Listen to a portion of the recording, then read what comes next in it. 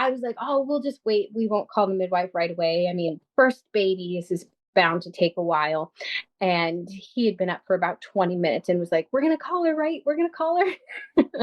And I was like, but he did. He wanted to call her. He felt more. So we called her, and she also was like, oh, she listened to me. She talked to me, and she was like, well, I'm just going to, run home and do this and that. And then I'll make my way over there. And I think she noticed how my husband sounded a little bit like, you're gonna do what now?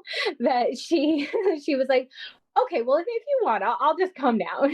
So she came. She was there. I think she got there by like 10 in the morning. My mom, like I said, had gotten there. I decided, you know what, birth is great, and I still totally believe birth is great and beautiful. But I was like, let's let everybody join. So I had just in the time in the time that I was laboring, I had my mom, my dad, I had two sisters, my sister's boyfriend, my brother stopped by with one of his friends, and my grandmother showed up.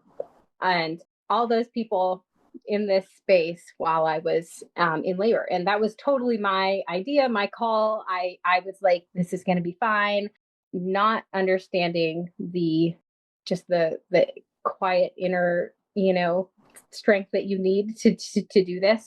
And so, anyways, with between all those people filtering out and whatever, they were watching a movie at one point. I remember I came down and I joined them. I was, as I was climbing the stairs and doing all that kind of stuff, I would just stop and chat with them and different things like that. And then eventually I did realize, and it did become overwhelming for me. And I was unsure of how to go about being like, okay, I know I asked you to come here, but now I need you to go.